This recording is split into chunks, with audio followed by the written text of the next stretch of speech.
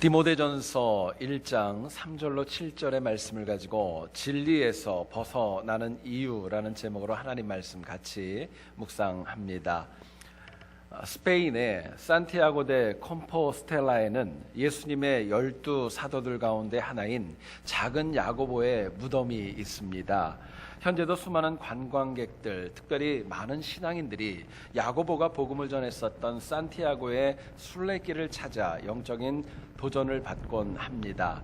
그런데 지난 7월 24일에 224명을 태운 고속 열차가 산티아고 데 콤포스텔라를 향하는 도중에 갑작스럽게 기차가 선로를 탈선하게 되었고 대형 사고가 발생을 하여서 무려 80명이 사망하는 사고가 발생하게 되었습니다.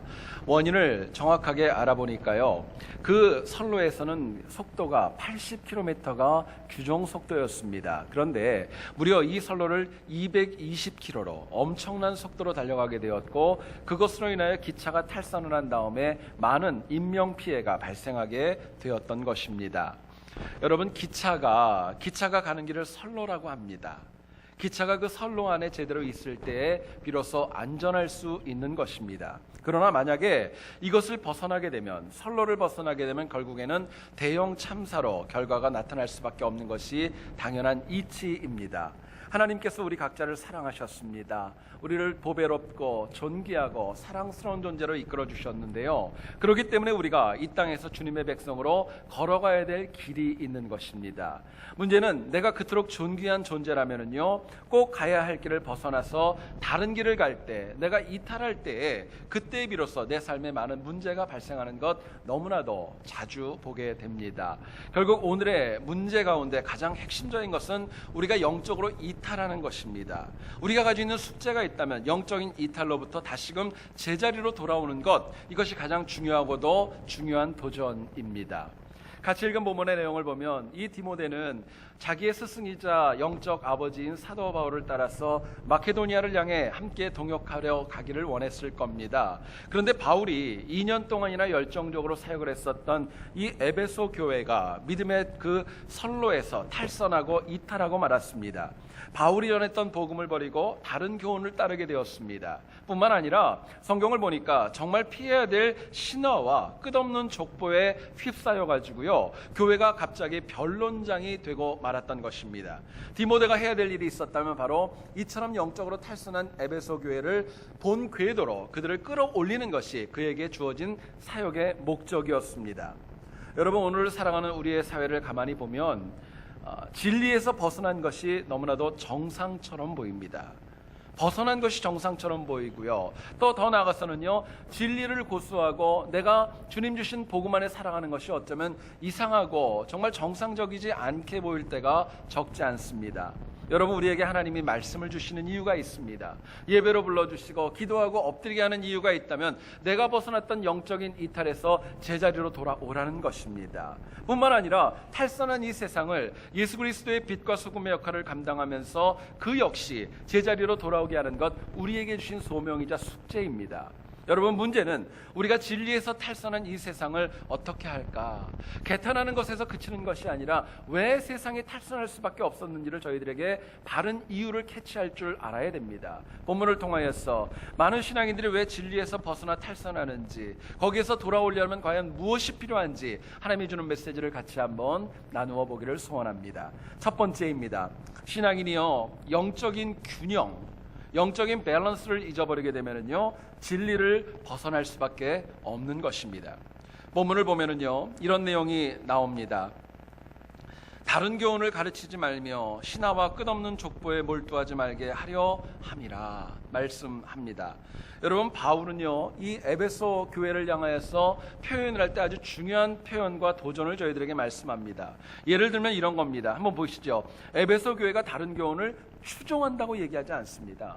따라간다고 얘기하지 않고요, 오히려 바울은 강조합니다. 더 적극적으로 다른 교훈을 가르치고 있다라고 얘기하는 것입니다. 여러분, 생각해 보시면은요, 이단과 다른 사이비 교리를 갖다 따라갈 때 그냥 추종하는 사람과 가르치는 사람은요, 그 영적 질이 다른 것입니다. 가르친다는 것은요, 에베소 교인들이 그만큼 열정과 확신이 있었다는 것을 저희들에게 보여줍니다. 여러분, 뿐만 아니라 성경을 보니까 신하와 끝없는 족보에 몰두했다라고 이야기합니다. 몰두하다의 이 헬라어 원어인 이 프로세코라는 단어는요, 무언가에 열정적으로 집중하고 무언가에 열정적으로 집착하다는 뜻을 가지고 있습니다. 결국 몰두, 이 단어는요, 대충 하는 것이 아니라 열심히 있을 때 사용하는 단어입니다. 실제로 진리에서 벗어난 영혼들의 모습을 보면 그들 나름대로 얼마나 많은 열정이 있는지 모릅니다. 문제는 그렇게 열정이 있고 나름대로 간절히 열심히 일을 했지만 결과적으로 나오는 것은 사랑이 아니라 성경을 보니까 변론이라고 이야기합니다. 우리가 패역한 세상 가운데 정말 성공하고 하나님 앞에 쓰임받기 위해서는요, 저희들에게 열정이 필요합니다. 뜨거운 열정이 너무너무 소중합니다. 그런데요, 우리의 신앙생활의 열정이 귀하지만 열정 하나만으로 모든 문제가 다 해결되는 것은 아닙니다. 하나님께서는요, 요한계시록 3장 15절에서 라오디게아 교회를 향해서 이렇게 말씀하십니다. 내가 차지도 아니하고 뜨겁지도 아니하도다. 내가 차든지 뜨겁든지 하기를 원하노라 말씀합니다.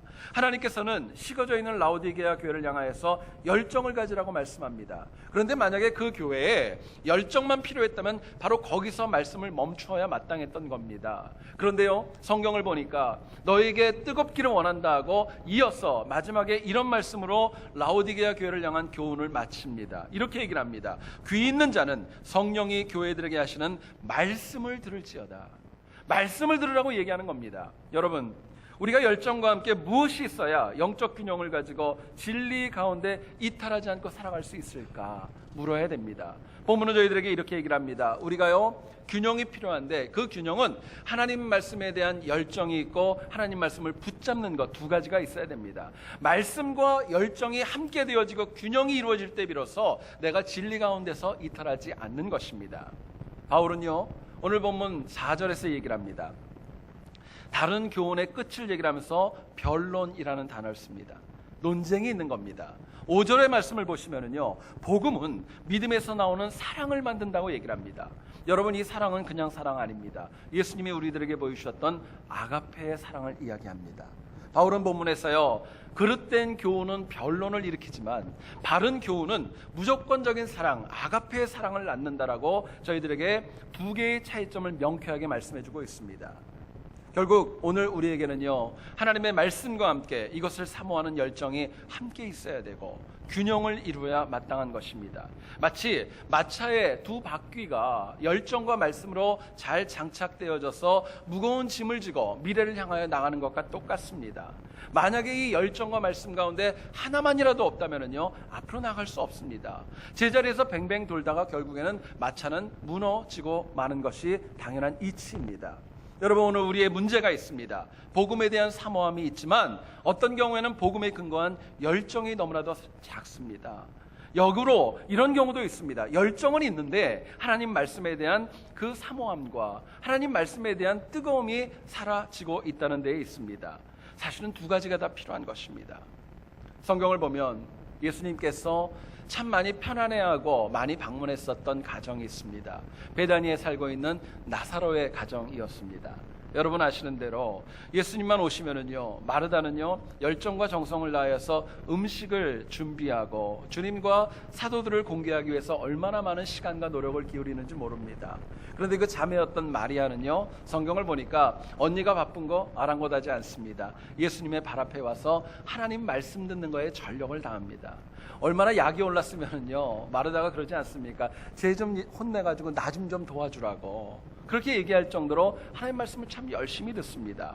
자, 봅시다. 성경은 우리에게 마르다와 같은 열정만 가지고 모든 것이 되는 거 아니라고 이야기합니다. 뿐만 아니라 단지 하나님의 말씀을 사모하는 건 역시 그것만으로도 모든 것이 다 되는 것이 아니라고 저희들에게 말씀합니다. 여러분, 마르다와 마리아의 이야기는 우리 신앙인들에게 꼭 필요한 영적인 균형을 강조하는 것입니다. 여러분, 우리에게는 마르다의 열정이 있어야 됩니다. 마리아와 같은 말씀에 대한 사모함이 있어야 됩니다. 그 두 가지가 균형을 이룰 때에 비로소 내가 하나님 주신 진리 가운데 이탈하지 않고 살아갈 수 있기 때문에 그렇습니다. 그런데 안타깝게도요, 우리 중에는 어쩌면 이 자리에도 있을지 모르겠어요. 열정과 하나님 말씀을 사모하는 그 두 가지 모두가 다 없는 분도 있을지 모르겠습니다. 또 어떤 분에게는요, 열정이 더 많을 수도 있고 어떤 분에게는 말씀을 사모하는 것이 더 많이 있을지도 모르겠습니다. 문제는 시간이 지나면서 말씀에 대한 사모함, 열정이 함께 좀 더 발전하면 좋겠지만은요, 사그러들 때가 저희들의 삶에 적지 않습니다.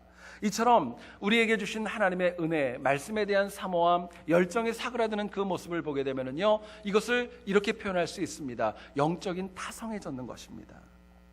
영적인 타성에 젖게 되면은요, 말씀에 대한 뜨거움, 이거 다 사라지는 거예요.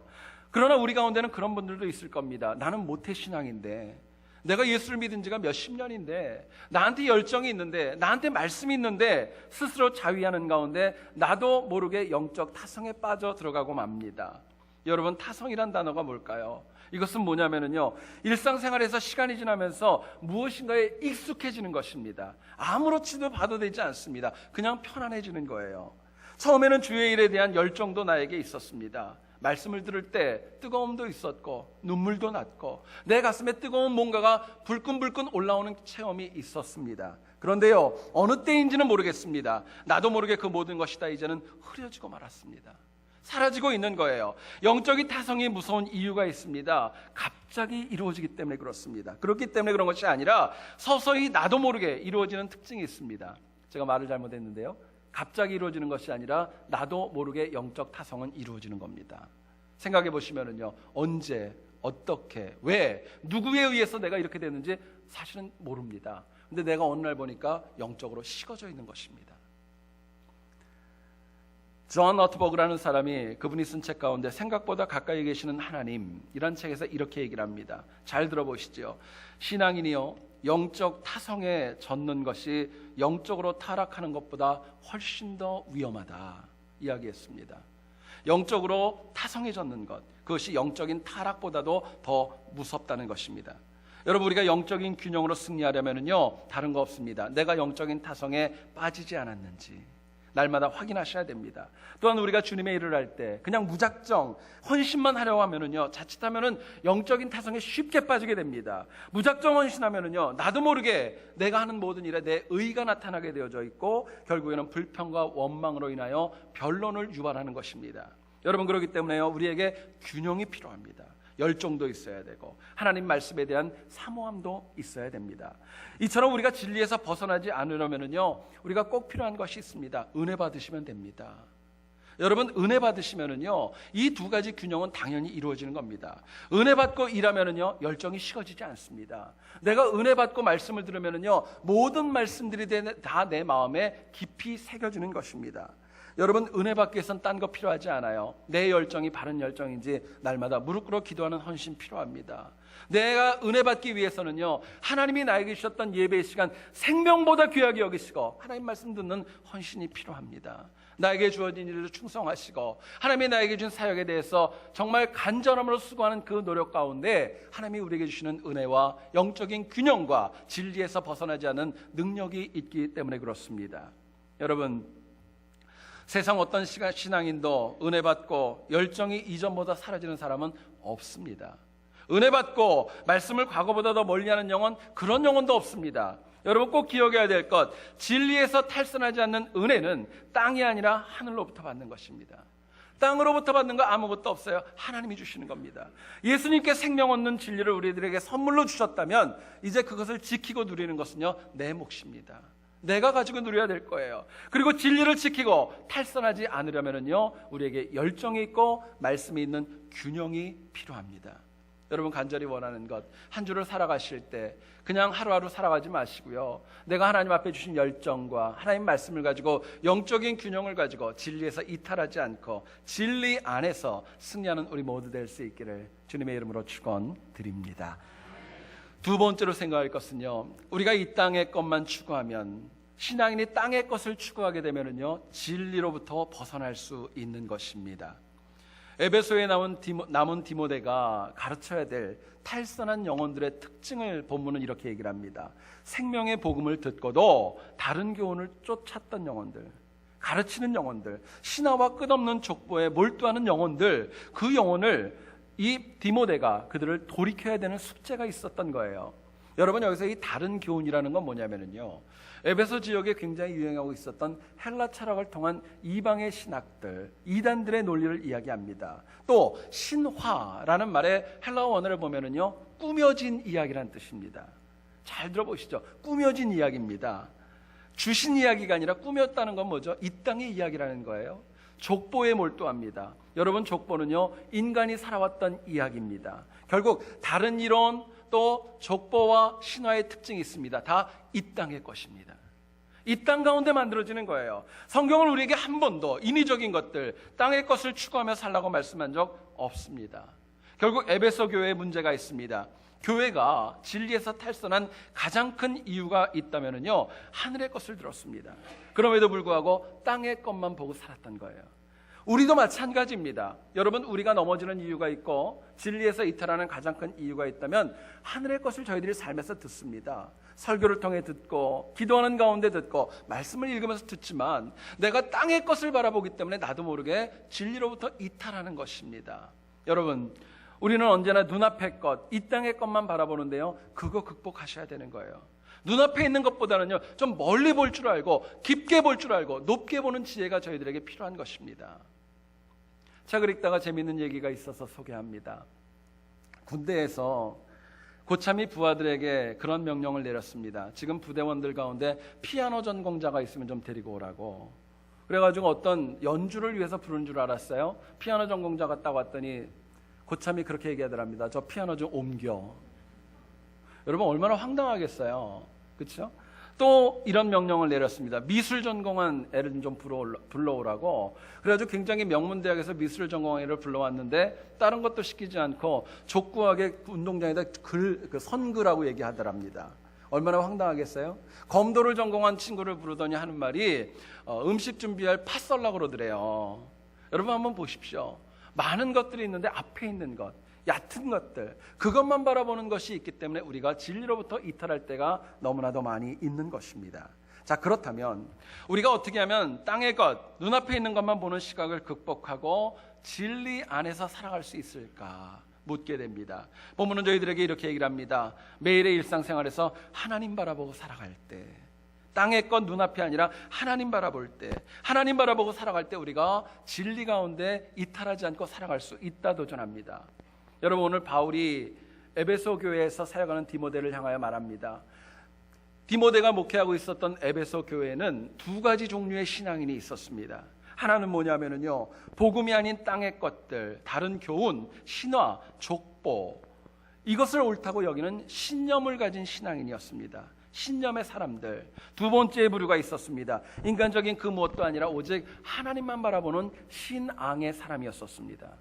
여러분, 우리가 쓰는 말 가운데 신념과 신앙이라는 말, 어찌 보면 굉장히 유사해 보이지만요, 그 뜻은 엄청나게 다른 뜻을 가지고 있습니다. 여러분, 신념은 뭐냐면요, 내가 옳다고 여기는 것을 추종하며 사는 것입니다. 복음을 들었습니다. 그럼에도 불구하고 내가 옳다고 여겼던 다른 교훈, 신화와 족보 따라가는 것, 그게 바로 신념입니다. 문제는 내게 내 신념은 항상 옳습니다. 여러분, 그렇지 않습니까? 나에게 가지고 있는 신념은요, 나에게는 옳은 거예요. 그런데 그것이 사람과 하나님에게도 항상 옳다는 보장은 없는 겁니다.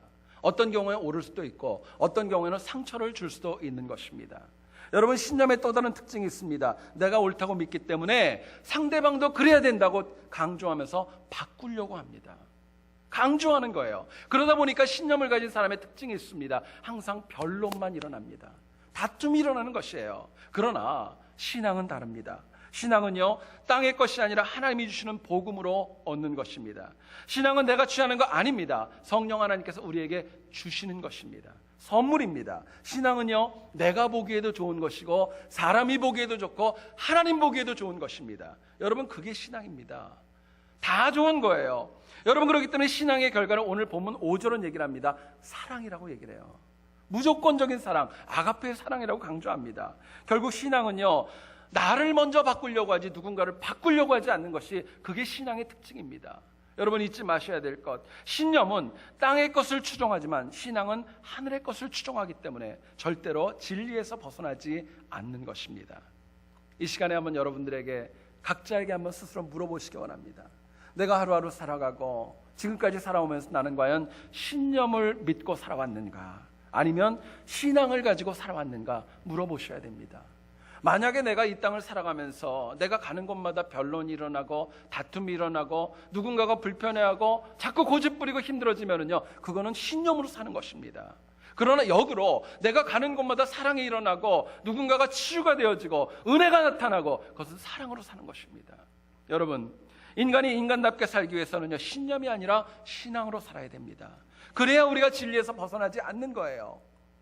사도 바울이라는 인물을 여러분 잘 알 겁니다.